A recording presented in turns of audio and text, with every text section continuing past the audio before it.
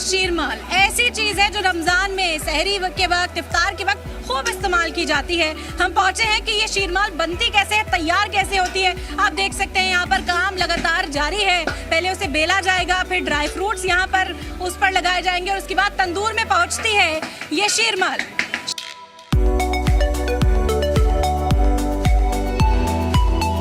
शीरमाल कैसे बनती है आज आपने इन तस्वीरों में देखा। आप शीरमाल की हिस्ट्री क्या है, कितनी बिकती है, यहाँ पर कौन खरीदने के लिए पहुँचता है वो भी जानते हैं।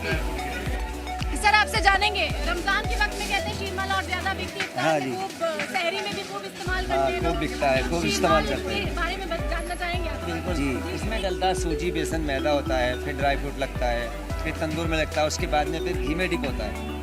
यहाँ से देसी घी लगता है, इधर यहाँ से नॉर्मल घी होता है।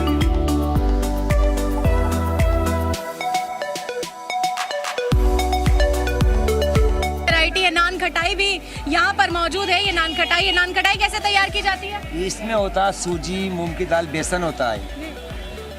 तो नान खटाई भी खूब बिकती है रमजान के टाइम। अब रौनक लगनी शुरू हो गई है अब तो लोग जी जी हाँ। तो रमजान की रौनकें हैं, दुकान में भी मौजूद है जी। देसी घी होता है, नीचे नॉर्मल घी होता है। ये 480 रुपए किलो है। पिस्ता बादाम देसी घी, काजू वाला 360, प्लेन 280। ठीक है, तो इसमें भी वैरायटी है। शीरमाल की कितनी वैरायटी यहाँ पर मौजूद है वो भी आपने देखी। अपने मनपसंद शीरमाल खरीदना चाहते हैं तो आ जाइए जामा मस्जिद और यहाँ पर आकर आप अलग अलग टेस्ट की, अलग अलग वैरायटी की, अलग अलग प्राइस की अपनी जेब के अनुसार शीरमाल खरीद सकते हैं।